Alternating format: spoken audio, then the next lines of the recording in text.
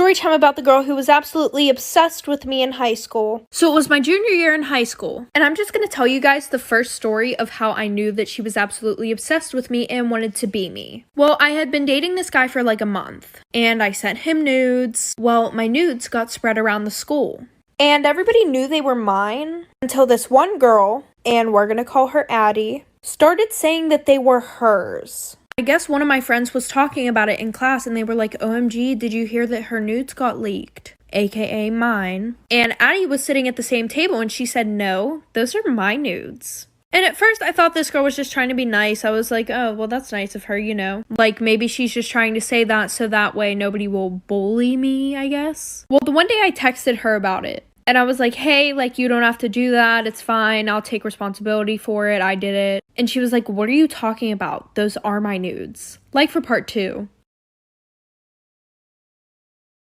Part 2 about the girl who was obsessed with me. So like I said, she basically told me that those were her nudes, even though I took the pictures and I knew they were mine. But I was like, okay, whatever. I'm not going to argue with her. Well, then I get a text from my boyfriend.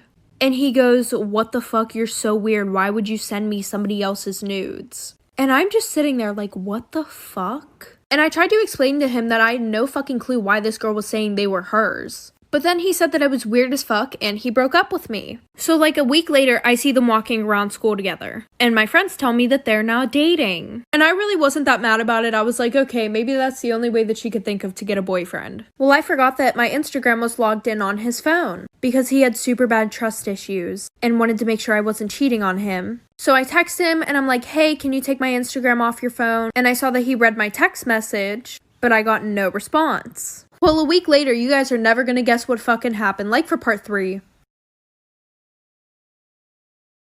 Part 3 about the girl who was obsessed with me. So like I said, I texted him and I got no response back. So I run into him the next day at school. And I'm like, hey, did you get my text? And he's like, text about what?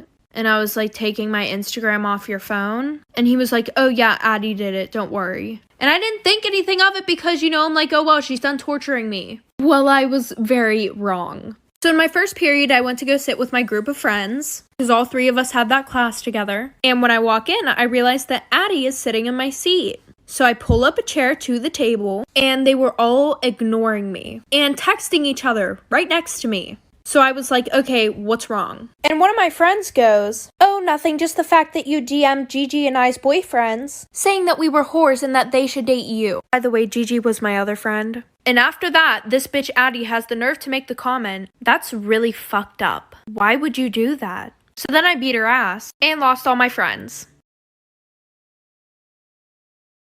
Crazy ass story time about how I almost got away with sneaking out. A little background information. It was the summer of my sophomore year in high school, and my parents are super strict. Like they had a tracker on my phone, they had a tracker in my car, they have cameras all over my house, and my curfew was 7:30 even on weekends. Well, this boy that I really liked was throwing this party. And I begged my parents to go, and of course they said no. So my friends and I came up with this elaborate plan on how I was going to sneak out of my house and go to this party. Well, one of my friend's brothers had his license. So at 11 o'clock after everybody fell asleep, they parked in my neighbor's driveway. Before everybody fell asleep, I made sure to put my ladder up to my window from my bathroom. And because it was in the back of the house, there were really no cameras around there. Well, skip ahead, I couldn't get down the ladder. So my friend's brother had to come around and try to move the ladder. But I was still too scared to go down the ladder by myself.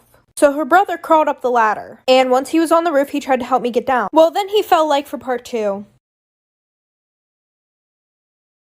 Part 2 about how I almost got away with sneaking out. So like I said, he fell off the roof. Let me elaborate on that. So while I was going down the ladder, my foot slipped. So he grabbed a hold of my hand and I started falling along with the ladder. So then he grabbed a hold of the ladder, tried to pull it back, but when he did that, he flipped over the ladder. Well, he fell through this glass table that was on the deck that was around my pool, and everybody in my house woke up.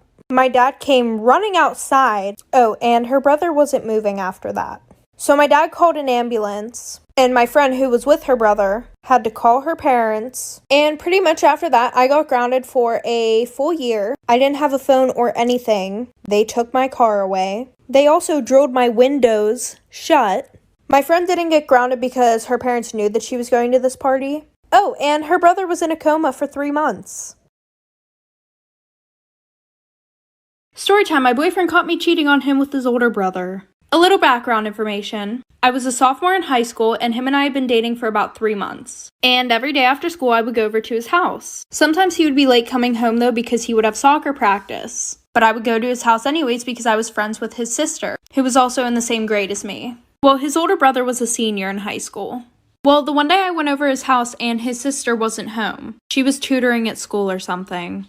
And neither were his parents. So I texted my boyfriend saying that I was just going to go home. And he said, no, stay, I'll be there in like 30 minutes. While I was sitting on the couch, his brother comes downstairs. So he comes and sits on the couch next to me and puts on a movie. And he could have sat anywhere because they had a big ass couch, but he sat right next to me. So we start talking, and a little bit into the movie, he gets closer to me. And one thing led to another, and then we were in his room. And literally 2 minutes later, we heard the front door open. Like for part 2. Part 2 about how my boyfriend caught me cheating on him with his older brother. So we heard the door open downstairs, and at this point we were both naked. So I ran to my boyfriend's room as fast as I could, and as soon as he came upstairs, he saw me without any clothes on. So then I had to play it off like I was ready to do the nasty with him. So for the next 2 weeks straight, I was going to my boyfriend's house and doing the nasty with his brother while he was at soccer practice. Well, the one day after his brother and I did the nasty, I fell asleep in his brother's bed. So my boyfriend came upstairs, and he didn't see me anywhere, so he was knocking on his brother's door. And we didn't hear anything because we were sleeping, so he just opened the door. And I woke up and he was screaming at both of us. So him and his brother got into a fight, like literally fist fighting. I was trying to break it up, but then I was also trying to put clothes on. And when my boyfriend saw me trying to get dressed, he took my clothes and told me to get out. And when I wouldn't get out because I didn't have clothes, so he literally grabbed me and threw me outside. And then he came back and threw a towel at me, so I had to walk home with only a towel on. Storytime, my parents found out that I was dating a white boy.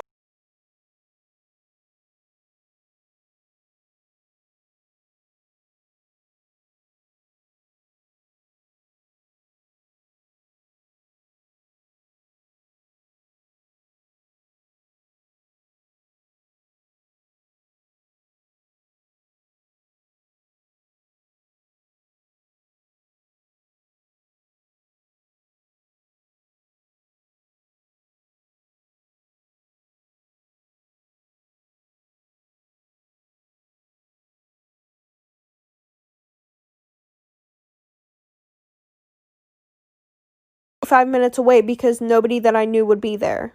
The only person that knew that I was dating a white boy was my sister. Well, the one day after the movies, I couldn't get a ride home, so I had to get a ride home with him and his family. And as soon as I pulled up, my parents were waiting outside, like for part 2.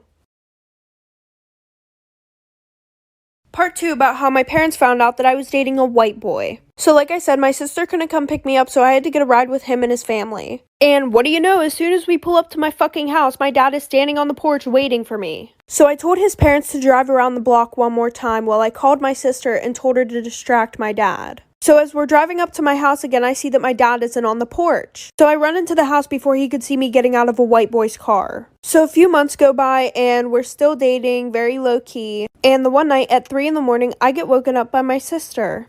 And she says, you better delete any pictures that you have of you and you-know-who off your phone. And you better come up with the story right now. Because one of your friends took pictures of you walking with him in the hallways and kissing him behind the stairwell at school. So after I deleted everything off my phone, a few seconds later, my dad came into my room screaming his head off. He was so mad. I ended up getting my ass beat, and I also got grounded from my phone for 4 months. But after that, my mom ended up leaving my dad, and then him and I got back together.